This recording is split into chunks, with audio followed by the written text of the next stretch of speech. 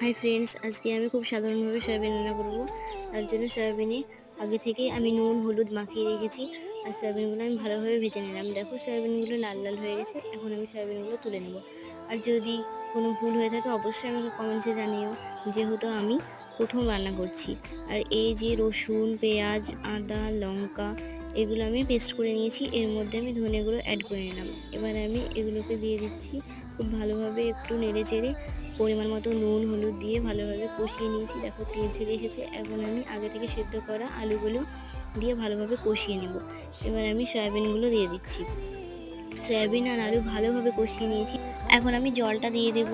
এবার দেখো ফুটে গিয়েছে। এখন আমি ধনেপাতাটা দিয়ে দেবো। এবার দিয়ে দেবো মিট মশলা আর গরম মশলা। আর ভিডিওটি কে কোথায় থেকে দেখছো অবশ্যই কমেন্টস করো। আর ভিডিওটি ভালো লাগলে অবশ্যই একটা লাইক করো। আমি যদি কোনো ভুল করে থাকি অবশ্যই তোমরা কমেন্টসে আমাকে জানিয়ে দিও। আর সবাই ভালো থাকবে। আজকের ভিডিওটি এই পর্যন্তই।